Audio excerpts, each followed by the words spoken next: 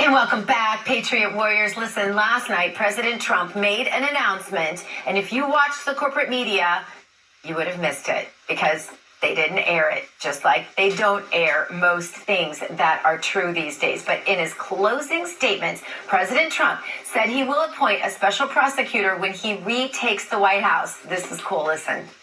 I will appoint a real special prosecutor to go after the most corrupt president in the history of the United States of America, Joe Biden, and the entire Biden crime family. Name a special prosecutor. And all others involved with the destruction of our elections, our borders, and our country itself. They're destroying our country. And when I'm reelected, and we will get reelected, we have no choice. We're not going to have a country anymore. I will totally obliterate the deep state. We will obliterate the deep state. And we know who they are. I know exactly who they are. They want to take away my freedom because I will never let them take away your freedom. It's very simple. They want to silence me because I will never let them silence you. They want you silent. And I am the only one that can save this nation because you know they're not coming after me, they're coming after you, and I just happen to be standing in their way, and I will never be moving.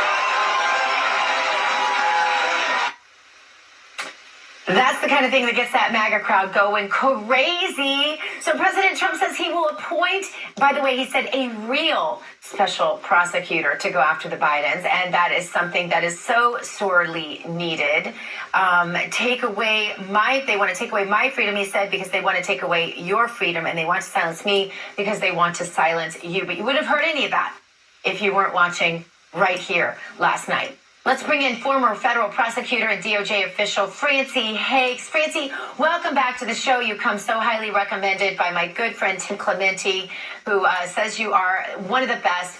Francey, the Bidens are supposedly being investigated right now. The FBI and the DOJ, they have a lot of evidence, but not much is happening. Francey, can you tell us, is there any logical explanation for this?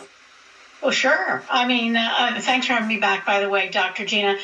There's a definite logical explanation, and that is that DOJ is covering for the Biden family. It pains me to say it. I used to be really proud of the 10-plus years that I spent at the Department of Justice, but what I've seen over the last 5 years has lessened my pride in the department. And in fact, I'm mostly ashamed of how they've conducted themselves in the various investigations involving Democrats versus Republicans. And I hope that clip you played of President Trump was so important. I hope that if and when he does get reelected and if and when he does appoint a special prosecutor, that he appoints someone outside of Washington. That's the mistake that every Republican president who's ever appointed one of these independent counsels or special prosecutors seem to make, and that is they go inside Washington. They get the ultimate insiders who have all these connections inside the Department of Justice, connections inside the FBI, connections with the current and former occupants of the White House.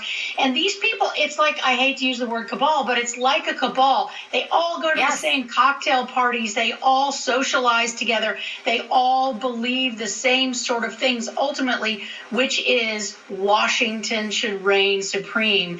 And that is not how our country is supposed to be. So I hope he thinks about that. Francey, I don't know how well you know President Trump, but I'm just curious if you know if someone has ever been able to deliver that message to him, because I get people asking me to tell him things all the time. And, you don't just walk up to President Trump and give him your dissertation of all the things you think that he should know. It's not that easy. So I'm just curious if you know if anyone has delivered that message, because I do think you make complete sense on that. But that is the way business has always been done, as you pointed to. So that's my question for you. Does he know that?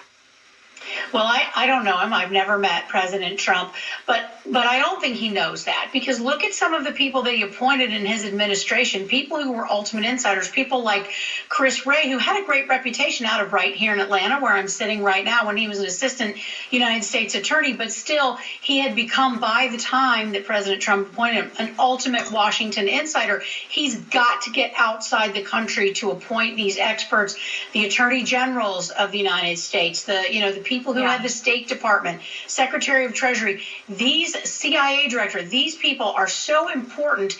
And the next administration in this country has got to get outside of Washington because they all think the same. It's just a bunch of groupthink in the same. There's really the uniparty. It's not really two parties. It's the uniparty. Mm-hmm. Yeah.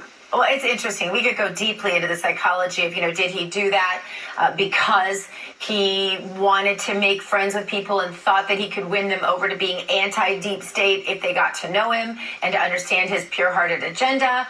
There are a lot of reasons, perhaps, but we probably should leave that there because the biggest news, Francey, this week, even bigger than the Trump indictment, is the Biden crime family scandal. U.S. Senator Chuck Grassley testified on the Senate floor that he has new information that the FBI withheld from GOP legislators who were allowed to view the evidence of Biden's bribery scheme. The FBI redacted the very part of the documents that mentioned that there were audio recordings of the Bidens making their dirty deal with Ukrainians. Watch this bombshell testimony. I still can't get over this.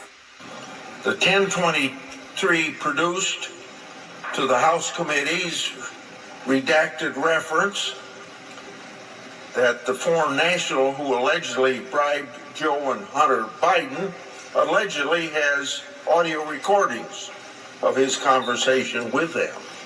17 such recordings. According to the 1023, the foreign national possesses 15 audio recordings of phone calls between him and Hunter Biden. According to the 1023, the foreign national possesses 2 audio recordings of phone calls between him and then Vice President Joe Biden. These recordings were allegedly kept as a sort of insurance policy for the foreign national in case that he got into a tight spot. The 1023 also indicates that then Vice President Joe Biden may have been involved in bereavement employing Hunter Biden. Francey, there's a lot in that one clip. The FBI redacted the part of the documents that reference audio recordings of Biden's bribes. How can they justify redacting that part of the document, Francey? In your experience, right? Is there any logical reason, apart from corruption, that would cause the redaction of that specific part of the document? It's really hard for me to see another reason. It's hard for me to see an innocent reason, especially when you look at the behavior with Hunter Biden's laptop. When you look at instance after instance after instance, the Steele dossier, the FISA warrant, all these instances with the Biden family where the error was on the side of the Democrats and against the Republicans, it is very hard to see an innocent rationale. It is absolutely inexplicable to me how any investigative agency could have taken this information and not done some basic investigating. The first thing you do when that confidential source comes is you say, well, what are the tax records? What are the financial records? What do the banks say? Was there any kind of payment to the Bidens? And then what do you also do? You open a grand jury, you send out subpoenas, and you stick people in grand jury. You call that executive from Burisma or whoever it is. You call Hunter Biden. You call Joe Biden, who by then was out of the White House, just out of the White House. And you ask them to sit down and tell the grand jury what it is that explains the information in this report from this supposedly credible, confidential human source. But none of those things were done, Dr. Gina, and I cannot think of an innocent explanation for any of that. Well, I appreciate you being forthright about that because a lot of people would dodge that question. So I just want to say that I appreciate that in an interview. Francey, the fact that there are audio tapes, though, this is huge. The DOJ investigated Trump the entire time he was in the White House. I don't think he sat a day that he wasn't under investigation. Are they sitting on this evidence to cover for the Bidens? And is that the reason all alone? And are there no good people left in our DOJ? Well, there are some, by the way, I never dodge a question or an answer, but there are some good people. There are some good people still left, some that I know that are still working and working hard and are appalled by what is going on. But, it's really hard to explain why the FBI, if they don't, why they don't have these tapes. Now, I have to say, first of all, as a prosecutor, I understand evidence. I don't know what's on the tapes. Senator Grassley was a little bit careful. I don't know that he knows what is in the contents of those recordings either. One suspects that if you're keeping them for an insurance policy, they must have something incriminating in them. But that is speculation at this point until we hear the tapes.